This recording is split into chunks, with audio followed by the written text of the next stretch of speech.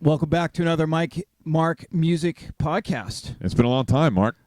It seems like it's been forever. Yeah, and yet our producer had to have final exams.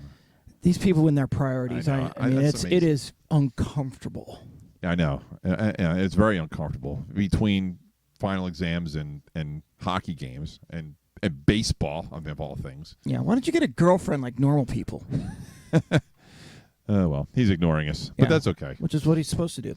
Hey, it's great to be back. We're here to talk about 80s music, mostly new wave. Yep. This is a really special podcast for us because we're one of our own made it into the Rock and Roll Hall of Fame recently. Yep. The Cure. And I'd like to say, Robert Smith and then the rest of the bandmates, but boy, he's had a fair share of them. Yeah, there's quite a few. There's quite a few of them. Yeah, he's not shy about turning around the lineup, that's for sure. And, through no fault of his own. I mean, it's probably, But, we're going to talk about The Cure in great length. But before we do that, I think we should, since we haven't done this a while, I think we need to start with some events in May, since here we are in the middle of May, and it's been a bit of time since we've done some stuff here. So I'm going to start, and then you can pick the next one. So May 10th, 1986, one of our favorites, the Pet Shop Boys, and probably their best-known song, West End Girls, hit number 1 on the Hot 100 chart. Yeah. I love that song. It is a really remarkable song because it's spoken. Well, there's singing too, but there's very much of a monotone. Each verse is more spoken than on. It's sort of an early, I'm not going to call it rap, but it certainly isn't. It's fairly monotone during the verses. We've touched on Pet Shop Boys before with some of our Deserted Island songs, but I mean that was the first hit that I remember, certainly, in the state side. I remember hearing it. I don't even. What year did you say it was? 1986. 86. Yeah, I remember. I was in college, so yeah, it was. Yeah, that's a great song, and that I can't. It's an awesome song. I just can't go. It's much fun, right? And I think, if you listen to it today, it still holds up. There's it still is. It's melodic. The lyrics are good. They didn't try to do too much, and the minimalist. It was really, really. It still remains very pleasant to me. Oh, definitely. I mean, and I'm sure we'll probably spend it kind of like we're doing today with The Cure. At some point, we're going to have to dive into the Pet Shop Boys because I know it's one of your favorite new wave bands. Without a doubt. It's definitely one of my favorite new wave bands. Mm-hmm. So I'm sure at some point we'll certainly dive at length into the Pet Shop Boys. All right, your turn. Go. Okay, so I have. We talked about this. Was May 17th, 1983. Reach the Beach by The Fix was released. Certainly a very underappreciated band, and certainly an underappreciated album. I mean, I had to look up the track. When I looked up the track listing from that album, I was like, holy moly, there's some great hits on this album, and one thing leads to another. Saved by Zero, and my favorite, which was a bonus track, was Deeper and Deeper. I really like that song. Well, even the title track, Reach the Beach, right? Every single song is unique. It's an album that I think is underappreciated in that every song really stands on its own right. It's not looking for other songs to like prop it up, or it's hey, here's a throwaway tune. Really good musicians. They probably, if we get a chance, and they are still making, or at least the lead singer whose name escapes me at the moment is still getting around a bit. So we should check them out because they certainly are a bunch of musicians that were on the top of their game. So yeah, yep. Great band there. What else you got? So oddly enough, it's the same date, May 10th, just a year earlier, 1985. The Go-Go's, who I really liked for, and again, when you're 15 years old or 16 years old in 1985, who didn't like the Go-Go's? Belinda was, I liked Belinda. Gene Wilden. And Jane. Yeah, Jane. announced their Most breakup. Reverend Jane. They announced their breakup. Did you know they broke up? Because I was unaware of that. May 10th, 1985. No, I don't remember them breaking up, but I think there was a lot of them that had some issues that needed to be addressed I for see. the lack of a better explanation. Okay. And I think that was kind of why they decided to end it, for at least for the moment. And they came back in a few iterations. Well, yeah, they were only apart for 5 years because 1990 they came back together again for the Girl Power tour. Ooh, okay. So I'll say I've seen them twice on tour, and I love them.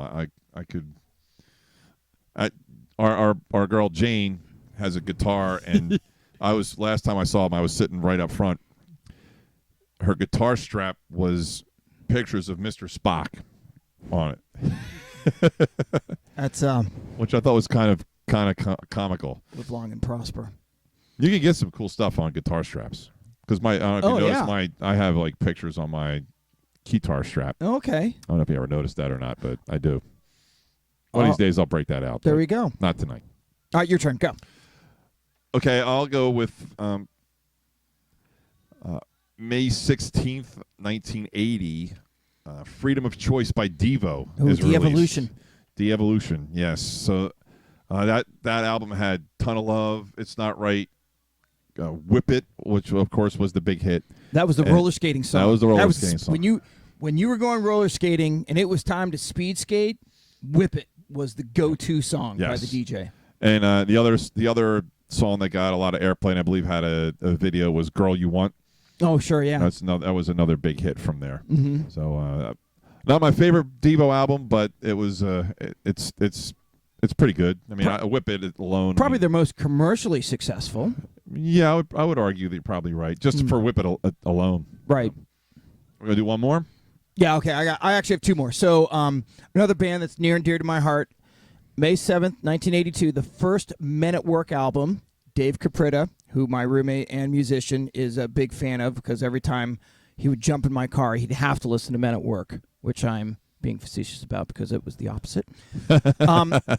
Which had already hit number one in Australia, is finally released in America, and in November of 1982, it rises to the top in the U.S. charts. Men at Work. Greg Ham and Colin Hay, which were the principal songwriters, and Greg Ham, God rest his soul. Yes. They could get it done. So I did have a chance to see Colin Hay play solo. I never saw them play live in the 80s, and by the time I could afford to go to concerts, they were gone. But that album, again, song after song, is just phenomenal. And his vocals, he can hit some notes. I love his vocals. Oh, so very unique. Yes. Well, he's Scottish. Grew up in Scotland, ended up in Australia, and forming that band there. So there's certain. In my deserted desert island, we're going to revisit Scotland. So okay. Get ready. Oh, I'll be ready. Okay, good man. All right, your turn. Go. I'll go with 1986. A fine year. May 16th, Elvis Costello gets married to the lead singer of what band? Another new wave band. The Pogues. Okay, so I didn't know the lead singer for the Pogues was a gal. Yeah, Caitlin O'Rourke or something along those lines. I can't remember. Yeah, look, now you've got me at a disgraceful disadvantage. I have no idea. And how often do you do that to me? Like every time we do this. Yeah, so, well, okay. Turnabout is fair play. Turnaround is fair play. So they got married in 1986, and they she played in Elvis Costello's band.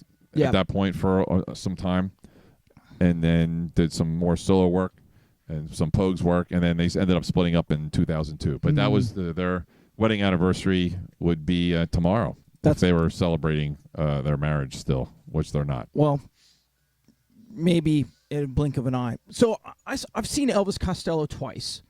The first time was at the fairgrounds in Prince George's County in the mid-90s. That's in Maryland, for those who don't know. Right. And suburban D.C. Great show. Played, it was Elvis Costello in the attractions and played all the hits. And then I saw him also in the D.C. area at a venue called Wolf Trap. Oh, yeah. And Wolf Trap, for those of you who don't know, is an outdoor venue, but it's a pavilion. So half of it's undercover, but most people go there. You get lawn seats. You bring your own grog and meal and stuff like that. It's a wonderful, wonderful place to see. I've never a band. been there. I have a friend who used to live right around the corner from there. And he used to go to the shows all the time, and I never got to a show there. So he played again all the hits and everything, and played the song that was written by Paul McCartney. What goes on in that crazy little head of yours, Veronica, yeah, and which was great. McCartney wrote that? I didn't know that. Oh yeah, I mean now when you think about it, you can hear it, right? So, end of the show, he sings "I Need You," which is sort of this old-fashioned dirge of a song, something you would hear in a dark cigarette smoky bar in London, and there's probably 20,000 people there, and at the end of it he walks off the stage and it was dead quiet. It was just unbelievable. So he's taking people to the highs of Pump It Up and radio through the concert and a bunch of and that's how he ended the show. And I'll never forget it. Karen and he didn't come back out? He walked off and that was the end. Gave everybody the 2 fingers and said, "All right, I'll see you next time." It was that's interesting. One of the most interesting finales of a concert I've ever seen. So there you go. That's my Elvis Costello song. Huh. All right, I'm going to do one more, and then we'll get out of the segment. Okay. May 21st, 1983. Little Red Corvette goes to number 6 in the U.S., giving Prince his first top 10 hit in the Hot 100. And the video is one of the first by a black artist to go in the hot rotation on MTV. Now, I would have thought it would have been Michael Jackson. Well, that would have been pre-Thriller. Yeah. So that's probably why, because Michael Jackson didn't get a lot of airplay on MTV until Billy Eat It. I'm sorry, Weird Al. That's a good topic for a show someday. But Beat It, Demento. Yeah, Beat It and Billie Jean were right, and of course Thriller. But I mean, that more than likely must have been after that. I thought it was before that, but I guess it wasn't. But why wouldn't it have been 1999? And again, maybe Little Red Corvette came out earlier, or maybe it wasn't in the hot Which rotation. one was released first? I mean, the album was 1999. I don't remember. I remember Little Red Corvette before 1999, even though they're from the same album. But I kind of. But I mean, we're talking about 30-some years ago now, so memory's a little vague. My memory's a little vague. I've had a few cervezas since then. Well, speaking of cerveza, Mike, we're going to take a break, and then we're going to come back with everybody's favorite segment. Yes, the beer of the week. So we'll be right back. All right. And we're back. And it's time for Beer of the Week. Beer of the Week! Our favorite segment. Yeah. And hopefully yours too. Today's beer is from Croydon, Pennsylvania, which is up in Bucks County, Pennsylvania, suburban Philadelphia, north of the city. It is Neshaminy Creek Brewing, which is a fine brewing. They do a lot of business over here on this side of the river. Very popular microbrewery in the area. And today we're drinking a American Pale Ale. Are you needing your glasses? I don't have glasses, so I don't have that excuse that I don't have glasses to lose or forget. I should have glasses though. Anyway, so it's J.A.W.N. J.W.N. So, Mark, what does that stand for? Please fill me in. Yes, so that stands for Juicy Ale with Nougat. But before we get into the beer, let's talk about the name, because Neshaminy Creek is a really interesting name. And I want to know what do you know about the Neshaminy Creek, which is an actual place, and they say that they do brew their beer with water from that creek. I know it's in Bucks County. Okay, good. I know it drains eventually into the Delaware River. Yes, but most rivers do in Pennsylvania, southeast Pennsylvania. That's true. So that really doesn't help a whole lot. I have probably hit golf balls over the creek Okay. because I have played a lot of golf in Bucks County, Okay. and I'm sure that at some point there were tributaries of the creek that I probably played golf from. That's about it. All right. Well, would you be Probably went over some bridges there and maybe Would you built be one. interested to know that the name Neshaminy originates from the Lenape Indian and is thought to mean places where we drink twice? Ah, that sounds like our. But twice is probably a number that's too small for us. I can't confirm or deny that, but let me continue. The phenomenon refers to a section of the creek known as the Neshaminy Palisades, where the course of the water slows and changes direction at almost a right angle, nearly forcing the water back upon itself. These Palisades are located in Dark Hollow Park, which is flanked by Warwick Township, and for those of the local people, to the south of Buckingham Township to the north. So what an interesting place for a brewery to say, you know what, let's grab some water from there and brew their beer. So I think that's a pretty very cool naming. Kind of before you go back to the beer, Yep. does it tell you where the creek outlets Yeah, into the it does. Delaware? So the Neshaminy Creek flows southwest towards Bristol Township and That's what I Ben thought. Salem Township to its confluence with the Delaware River. So So you hammer it. I just built a bridge. Not the job I'm on now, but the job I was on before. It was over I think it was Neshaminy. It was Neshaminy Creek. No way. That's cool. Yeah, so big deal. So there you go. That's good stuff. Now, on to the beer. On to the beer, the more important item. So, juicy ale with nugget or J.A.W.N. How would you describe it to our listening audience here? I really like it. It's not strong. It doesn't taste like it doesn't over hop you.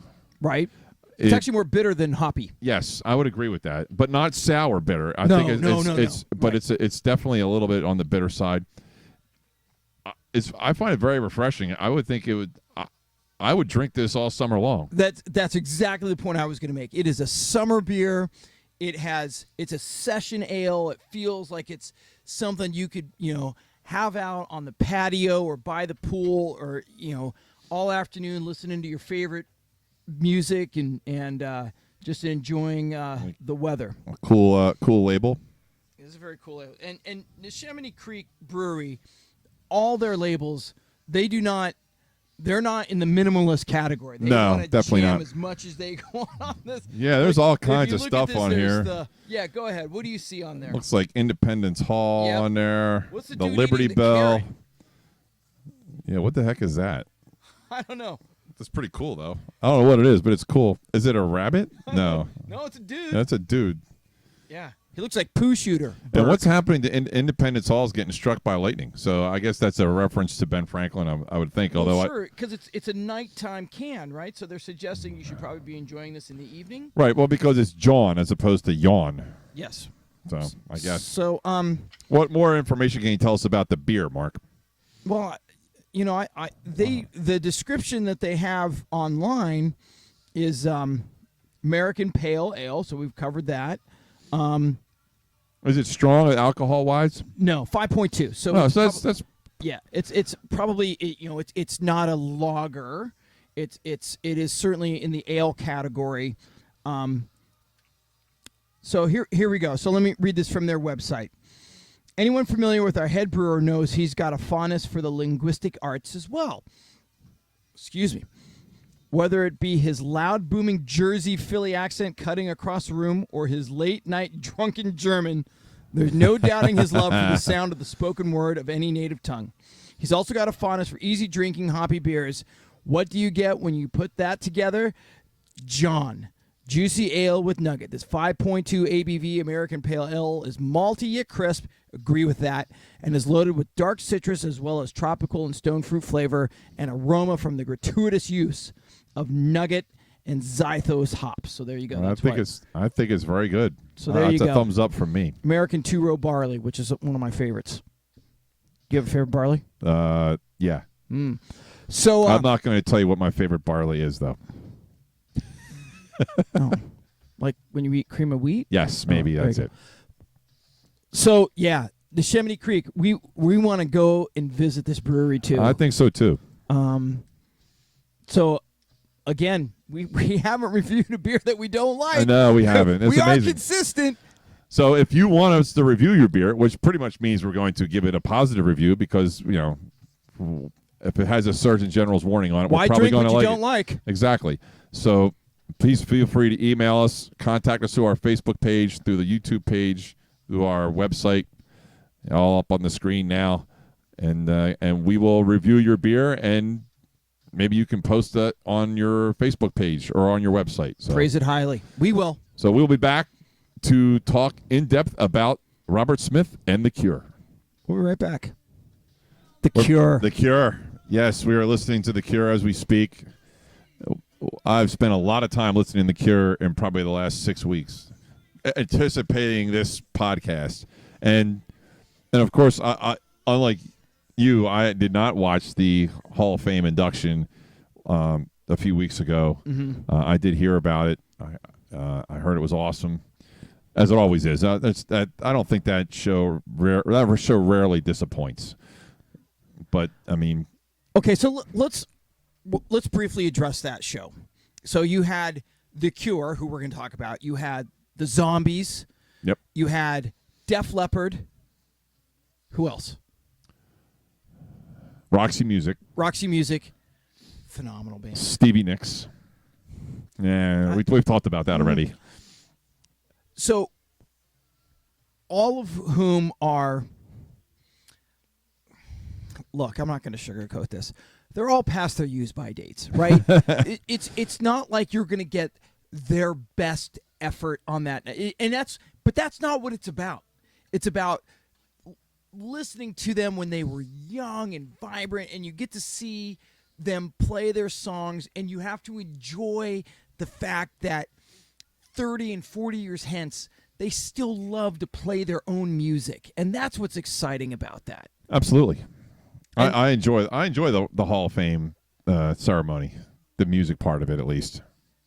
I could do without the speeches and stuff, but but the music's great. I mean, I love to listen to the music. Some of the speeches are funny, but normally not. I didn't see it this year, so I don't have a basis for it. I would encourage you to go back and watch it and just fast forward through the parts. Because you're right, the speeches are, but what I really love is the people that introduce them, right? So you had, for Def Leppard, for instance, the guitar player for Queen, Brian May, and which I never knew there was a relationship there, and apparently there is a big relationship there. Yeah. I mean, they kind of know each other quite well, and never would have thought that. And you can go on and on about the people, the musicians typically who they ask to introduce them, and they gush about what a remarkable band, influence, songwriting, all of it, and there's a reason why they're in the Hall of Fame. It's not because they suck. They're really good. They're really good at what they do, and you can argue about semantics about who's a rock musician or whatever. They're all incredibly talented artists in their own right. So that leads me to The Cure, and yes, they were nominated. They've been eligible for the last 15 years. They've only been nominated once, and that was in 2012.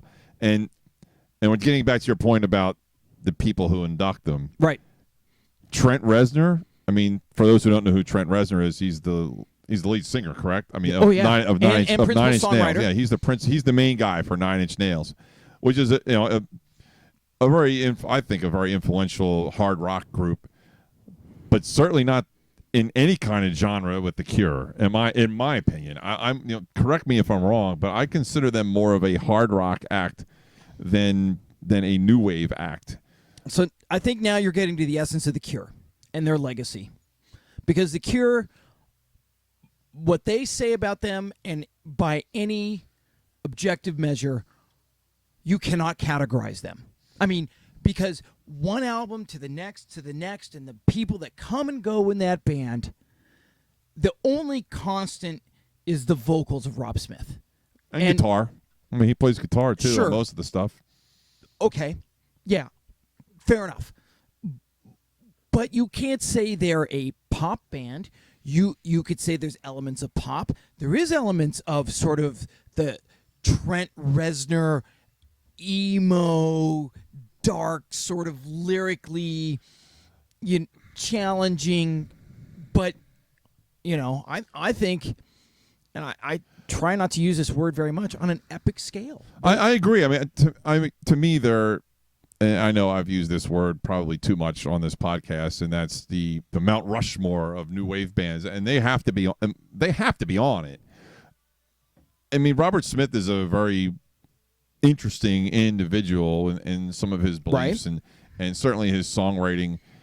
And I guess my point with the whole Trent Reznor thing is that it's not that I thought that was the wrong choice. I just thought that was interesting that Trent Reznor is influenced so much by The Cure and how much of a departure Nine Inch Nails is from The Cure, which I thought, you seem to feel differently on that, but I think it's a testament to The Cure as opposed to a criticism. That's kind of where I'm getting at. And okay, so if and I'm putting you on the spot here. If you were going to have someone introduce The Cure, who would you have? and again, there's no wrong answer here, but I guess Trent Reznor's as good as anybody. One of their contemporaries, somebody. Yeah, I older? probably. I don't know about somebody older, because that was kind of Brian May with Def Leppard. I mean, Queen was definitely an older band, but right. I don't necessarily think that was the case, but you are definitely putting me on the spot. Iggy Pop? Iggy Pop would have been an interesting selection, or maybe something along the Ramones lines, or something along those, something along there. But yeah, so to come full circle, I think you could have chosen someone that's more new wave. You could have gone someone who's really punk. You could have gone, or and goth, again, I guess was what's thinking. But I think they push back against that. But certainly, there's a level of influence. Maybe one of his contemporaries from Sushi and the Banshees, because he was so involved in that group. True. But if you listen to their music and look, they've been recording since the late 70s. As in one form, fashion, or another, and it's not like he's been, we highlight that Sushi and the Banshees was almost if not a side project, a massive influence on his stage presence, his songwriting, how he chose to go musically, but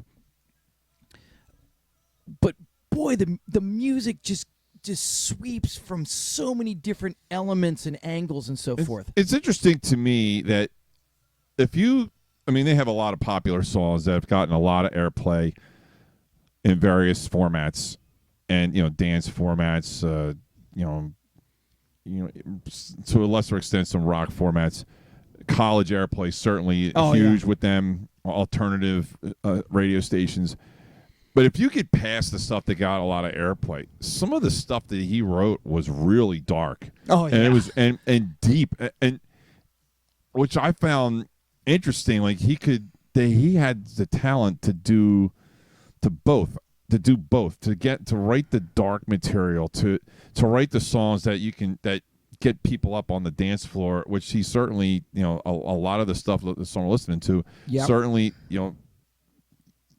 accomplish those things, but he's like, his head was, he has evolved into a very, for lack of a better term, bizarre individual as far as like his stage persona. Sure. And I was reading stories today about, he's been married to his like childhood sweetheart all this time, and apparently she's just as weird as he is.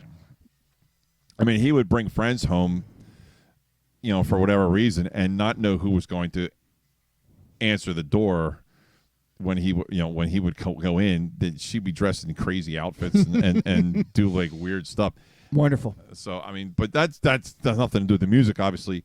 But I mean, the band's they've been. I mean, I can't believe that it took them this long to put them in the Hall of Fame. I think that's the injustice of the Hall of Fame, in my opinion, is that bands like The Cure, it took them a long time to get them in. I mean, right. when they should have been in almost immediately. I mean, they were eligible in 2004. Okay, so you don't put them in 2004. But certainly, as soon as they get nominated, which was 8 years later, and in 2012, I don't see why they didn't get in at that point. Oh, well, okay, so I'll push back on that a little bit, but not because I don't think they don't belong in. I just think there are probably bands that were probably more deserving, and they can only take so many in one time.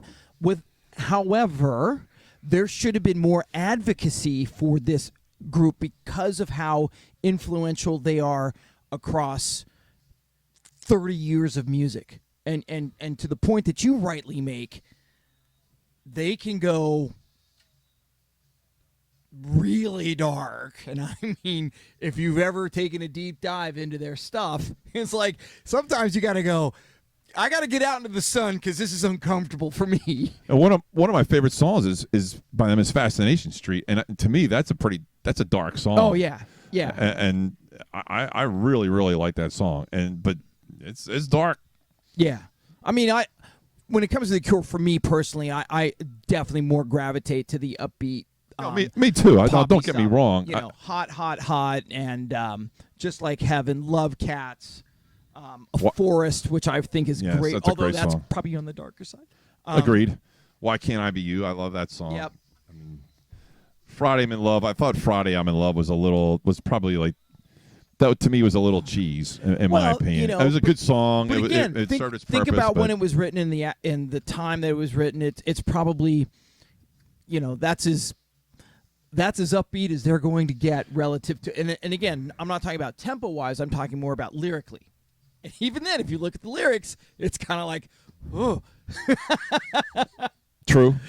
I just thought that that's the one song by The Cure that I thought that Robert Smith, kind of sold out on a little bit to get like a hit almost. But that doesn't take away from the greatness of all the other songs. I mean, and he has some good musicians too. I really like.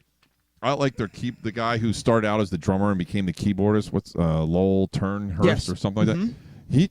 He can play a little bit. I mean, look, there's no doubt. He apparently knew Robert Smith. They went to preschool together. Yeah, look, good bands are good bands because everybody knows what they're doing, and it brings an element of high level musicianship to that, right? I mean.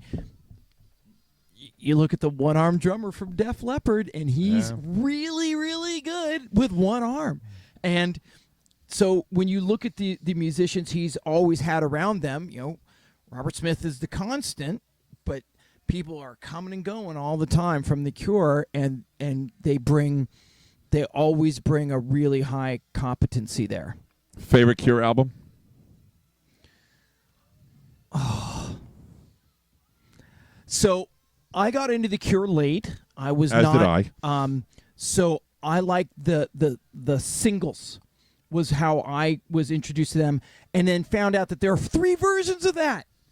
Like, because the version I had was different than one that my roommate had in college. I'm like, what? Which happened a lot in that space in that time of music. They would release 2 or 3 different versions of the same song, and you never knew what version you had. So the old man on the cover and the black and white, I thought that was really cool. But The Cure to me were, again, when I was introduced to them, I was living in Los Angeles in the late 80s, early 90s, and they were a staple on KROQ. I mean, you heard a Cure song at least once an hour. And so it was almost like you didn't need to buy the albums because every song was so different. So you got until Dominic Shanley, who I lived with for 2 years, what massive Cure fan. He had all the albums, Dark Irishman from San Francisco, but he like, listen to this, and I'm like, I'm gonna slit my wrist. I can't listen to that. Let's move on to something happier. Yeah. But so I was really more of a, when it came to the Cure, I didn't really ever take that path down because everything that was, I appreciated the talent and I appreciated the lyrically gifted writer that he was, but it was not the mood that I was looking to brood over. Do you remember Robert Smith on South Park? I don't know. What's it? So, tell me more about that. Well, were you weren't a South Park fan when it first started? A little bit, but I mean. Do you remember the one with? they always kill Kenny. Do you remember the one with Barbra bastards. Streisand where she was Mecha Streisand? No. Well, it was kind of. It was obviously, kind of. I didn't watch South Park. It was kind of a Godzilla thing, and apparently, Robert Smith ended up killing Barbra Streisand became this monster and was destroying South Park because of some idol or something like that. And Cartman ends up. There was two people who could stop Barbra Streisand, and one of them was Robert Smith. And Robert Smith is the person who ends up killing Barbra Streisand. so at the end, Cartman said, "Robert Smith kicks ass." That's a great stuff. Robert Smith story. And that was actually him too. They actually used his voice. Oh, too. I'm sure Yeah. that would be right in his wheelhouse. Absolutely. I don't think he knew what he was getting into at the time, though, because that was probably the first season or maybe the second season at the latest of South Park. So, they were still testing the waters to see what they could and couldn't get away with. And who could they offend and who couldn't they offend? Oh, they did a fine job. My favorite Cure album is Disintegration, which was in 1990. That had Love Song on it, Pictures of You, Fascination Street, which is one of my favorites. Lullaby, I think, was on that one. Yep. And then we were listening to, there's like a 9-minute instrumental on there too, which I like. So, which is just me. So, so we're listening to Lullaby right now. God, it's a great song. It is a great song. Anyway, yes, they were one of the first bands to have first alternative bands to have commercial success. Certainly back in the 80s. So, that's kind of, I guess that's why they ended up in the Hall of Fame at the end. No, and you're right. I mean, they certainly. When you think of the Cure, you sort of bundle them with New Order and Bauhaus and Sushi and the Banshees and bands like of that ilk. But they were at the pointy end of it, right? I mean, right. if internationally, it was the Cure as in the front of sort of that flanks of bands that were sort of falling. They were certainly not Duran Duran, and I loved them. Yeah, me too. Right? They were not a band that we listened to or an artist. They were not Thomas Dolby, right? Another great keyboard guy, but and I love Thomas Dolby, right? But they struck a chord and a nerve in a listening audience that, and not just struck the chord, but had it on sustain. And they just were. Robert Smith was driving that space and driving it and driving it and driving it, and I think that's what I think is more impressive is the width and breadth of the work that he put out, in the 80s and 90s and even beyond. And continues to put out. I believe right. there's an album in the works, I believe, for them at the moment. And to wrap it up, they are headlining a tour right now of Australia and Europe. Doing a lot of festivals, I think, in Europe, and they're doing some U.S. dates in the summer and the fall. None around here, at least not anything announced yet. So are you suggesting a road trip? I could suggest that because they are playing Austin City Limits. And I know very recently we discussed Austin as a potential destination. So just throwing that out there, I think they have I think they're there 3 days. Yeah. So and also somewhere in Vegas, I think they're there too, which I could do without Vegas. I've been there, done that. I'll be there again for football soon, but whatever. That's another story.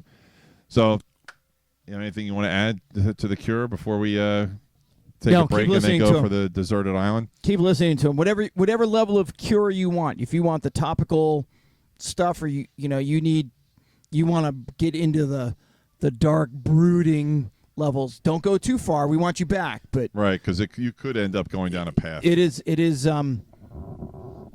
It's really good music, however you want to slice it up. So, and I know, at least for my deserted island disc, which is the next segment, I will be talking about Cure songs. I have 3 songs. 2 are Cure songs. 1 is related to the Cure. So that I'm going to be taking with me on my deserted island. Oh, is that the tease? Is that that's the tease? All right. For the deserted island. We'll be right back with our deserted desert island songs. We're back for the final segment. Deserted island discs. What do you got for us, Mark? Oh, I have to go first. I'll go first. I don't care. No, I'll go first because okay. I think we're gonna circle back around to you with some really fun songs from our featured artist. Yes. So, well, you have one too. So. Well, I do. Why don't you save that one for last? No, I'm gonna do that one first. Oh, okay. All right. Okay, so I can't stop listening to "A Forest" by The Cure. It's a great song, man. It's definitely one of the darker Cure songs that I was talking about earlier. But lyrically, yes, but the music is so good. I mean, and look, I mean, we talked about this before we started the segment. I mean, the chord progression is unique. Yeah, you're not kidding. It works. It would take me because we were looking at the chords and the key changes and things like that, and it was brutal. I mean, as a musician, I can't imagine. I mean, obviously, if I was playing in the Cure, I'd learn it, but if I was learning to play it in my band, I'd be like, I'd throw my hands up. It's like it'd take me forever to learn that. No, it would not, because it's so melodic. It's not like I guess it is a natural. It seems natural, the progression, I guess, but still, Are you saying that the B C F sharp minor to C B C sequence would be a bit challenging for you? Give it a go. What was it again? Okay, so it's B C F sharp minor C B C. You lost me. B C F sharp minor C B C. I guess that's not too bad. It sounds like it's a hockey game. It could be. Can you imagine if the Boston Bruins played that as they're getting ready to face off? That'd be great. Right. I'd love it. Yeah. Sorry, Cure fans. You probably weren't expecting that one.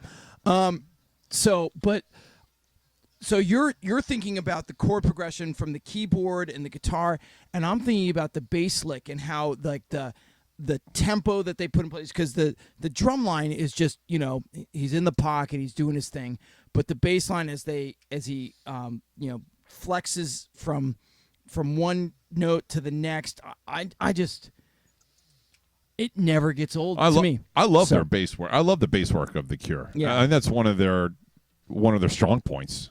Yeah. So A Forest is never got. I mean, we could do Caterpillar, flicka, flicka, flicka. No. Flicka, flicka, flicka. No. No. Okay, so that's the first song. Now, a band that we've mentioned before but really haven't is an American new wave band, The Talking Heads. And my song is Once in a Lifetime. I love that song. So the beginning of the song, right? Yeah,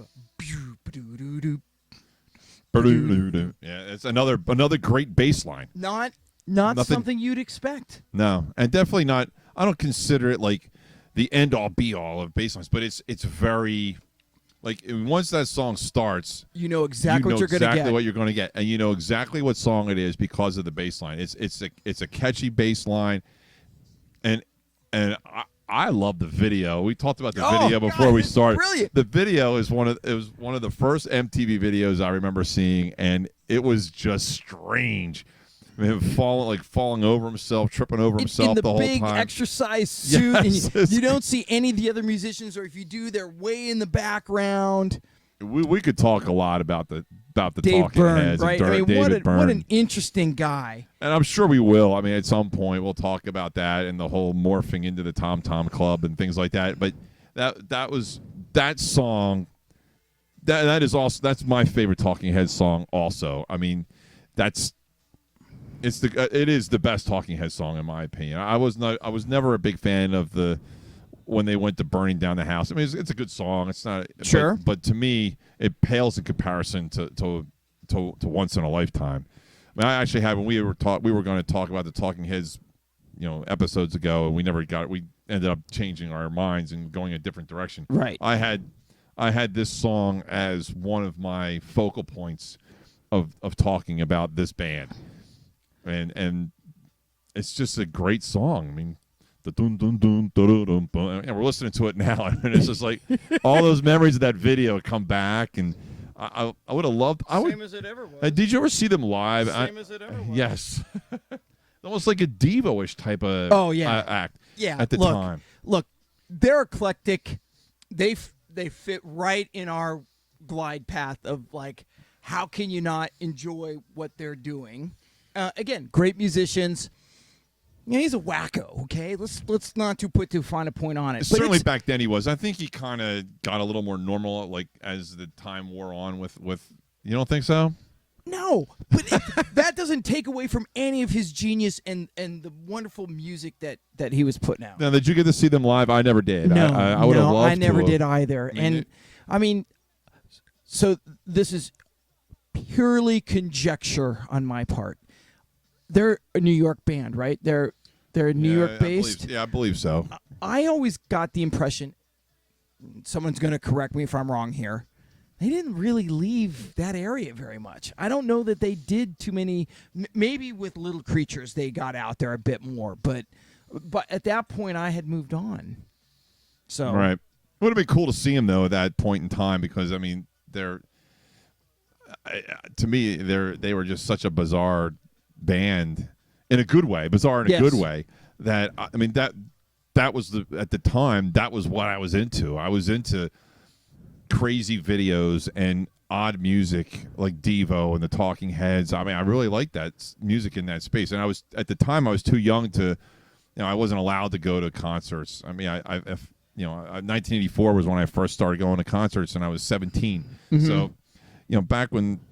Before that, I wasn't, I really wasn't allowed to, and no one would have gone with me to see the Talking Heads because I think I was the only person I knew that liked them. So, same with Devo. I was out on an island with all this stuff. So, but yeah, I love that song. It was an excellent selection there. Yeah, you know what? They have one of the best cover songs too that we probably didn't add to that list. "Take Me to the River." Oh, absolutely. We might have talked about that. I can't believe that I didn't pick that. I was a short list on my cover list, Deserted Island Discs, that I did that on that episode. Do you remember the song "Stay Up Late"? Oh yeah, this is a great song too. Yeah. Okay, so we're going to keep going because otherwise we might end up with a double episode of this podcast. So we'll come back to the Talking Heads at a later podcast. My last song is a band that I've always loved it, and again they're probably more of a rock and roll band, although not. Look, they're on my list, okay? So it's your list, man. Big Country, Fields of Fire, off the album The Crossing, 1983. Was there anything else off that album that anybody would know? Oh. Or not anybody would know, but was mainstream type of stuff? Well, yeah, In a Big Country was okay. That was a video that got quite a bit of rotation. That's a great song. And the song this song, we listened to it before we started recording, and that was, it's exactly what you would expect out of Big Country. I mean, it's a drinking song. Hey, I got my beer, I'm going to drink it now. That kind of stuff. Those are great songs. So that that poor guy, the lead singer for Big Country, he was always struggling and ended up dying in Honolulu at like a Best Western hotel in I can't remember what year it was. I'm going to say it's 2001 or something like that. I think you said. Yeah. So sad. Yeah. Great band. Really enjoyed all their work. The musicians were great from out of Scotland, which is a kind of a theme for me. But yes, it is. If that song doesn't get you going, I'm not sure anything will. So those are my 3 songs for this week. How about you, Mikey? Okay, well, as I am wont to do, I will take the theme for the week and run with it. So I'm going to run with The Cure, and 2 of my songs are Cure songs. The first one was a song that I don't believe was on any Cure album necessarily. It was released in 1982, I believe. Mm-hmm. It was a huge song for me at Catholic U. It was a song that was played every night that we were at the Rat, down at the Rat Skeller down at Catholic, and that's "Let's Go to Bed." And it was, I don't think the song it's not the best Cure song ever written. It's not the best song ever written, but it just has that memory for me of some fun nights drinking beer at the Rat and just having fun and dancing on the dance floor. 6'10" guy or 6'9" guy dancing on the dance floor. Did you hit your head on the ceiling? No, believe it or not there. Believe it or not, the ceilings were actually pretty high there. Mm. I don't know why, because it was in the. As you probably know, that it was in the basement. Yeah, I do know. I've been there. I know. That's why I said that. So that's one song, and I don't think it was on any album. It was a standalone type of thing for The Cure. I just like the song, so as simple as that. Also, same with The Cure. My other Cure song is off of Kiss Me, Kiss Me, Kiss Me, and that's Just Like Heaven. To me, that's like the perfect length song. It's 3 minutes and 32 seconds. It is, and indeed. so it's perfect. My favorite part of the song, and we're listening to it. My favorite part of the song right now, which is the beginning. The way that Robert Smith introduces every instrument into the song, one at a time, I think is really neat. And not that it's never been done before. It's certainly been done plenty of times, and actually been plenty of times by The Cure. Robert Smith does that a lot. Yeah. But on this particular song, I think it was done better than most. Mm-hmm. And then the song itself is awesome. It's got a great beat. It's very danceable. It was their first hit in the U.S. It didn't top the U.S. Billboard charts. I think it came in right around number 40 or 41 or something like that. So it wasn't like a super popular song, but this is. I love the song. I love it musically. I love the beat. Once again, another song released in '87. So I was in college. It was at Catholic U. I would venture to say that probably every other song they played at the Rat was The Cure, because it just seemed like I knew the DJ. Actually, today's his birthday. Happy birthday. Happy birthday, Bill Dertinger. So he was one of the DJs at the Rat. He's a friend of mine that lives up in Staten Island. So that I just love the song. The song is fun. It's a fun song to listen to. It's a fun song I'd love to play it sometime. I've never played it in a band. And a lot of the songs that we talk about are songs that I've never played in a band, because I've never been in a new wave band. That hopefully changes soon, Mark. I can tell you the first time I heard this song. Please tell me. When I was a freshman at Loyola Marymount University, we had a social dance for the incoming freshmen, and it was called, which you probably can't do anymore, a Get Laid dance. This is at a Jesuit college. And how can you do that? You walked in to the dance, and they placed a lay around your neck. Yes, of course. A Hawaiian lay. And as I walked in, nothing bad like that ever happened to song, Catholic University. I am not going to go there with you on that, Mikey. But I am going to tell you that when I walked in, this is a song I was playing. I got my lei, and I went right out and danced like it was my job. Because how can you not dance to this song? You can't. It's great. It is perfect. It's the right tempo. It has a soaring string with a synthesizer. It's fun. And guess what? If you're going to make a fool of yourself on the dance floor, it's over in 3 minutes and 32 seconds. Exactly. And then you can dance to Tainted Love. So, yeah, great song. Good, this excellent choice, Mikey. Thank you. So my third one is a song from a band that Robert Smith played for, but he did not play at this time. It was released in 1991. It's Sushi and the Banshees, which we talked a little bit about during the Cure segment. Yep. And that's Kiss Them for me. A little slower. I mean, the first two songs I had were more danceable songs. This song is not that. This song, I don't know if you know it, is named after a Jane Mansfield movie, which is Kiss Them for me. I can't remember who the other star of the movie was. I have it on the tip of my tongue. It wasn't Robert Redford, but it was in that vein. Obviously, it was 1957, so that was it. So this is kind of this bit before my time, right? A little before my time too. So this song was actually more of an ode to her. Mm-hmm. If you listen to the song, it kind of talks a little bit about the circumstances of her death, which is a tragic car accident, right, in the mid '60s. This was released in 1991. It actually peaked at number 1 on the modern rock charts in the U.S. And you can hear some of that sampling and stuff that they're doing in the beginning of that song, so that was more prevalent towards the end of that decade. So I get that. And I think in relation to the Cure, as I said, Robert Smith did not play on this record, but you can definitely hear some Cure influence on this album, especially in the beginning. In the whole intro and things like that. So it was a big song. It made to the top 10 of the dance charts in the U.S. and stuff. I don't know how, because it really isn't very. To me, this song isn't as danceable as the other songs we've talked about today. But whatever. I mean, I don't remember ever dancing to this song back in 1991. But maybe people did. I don't know.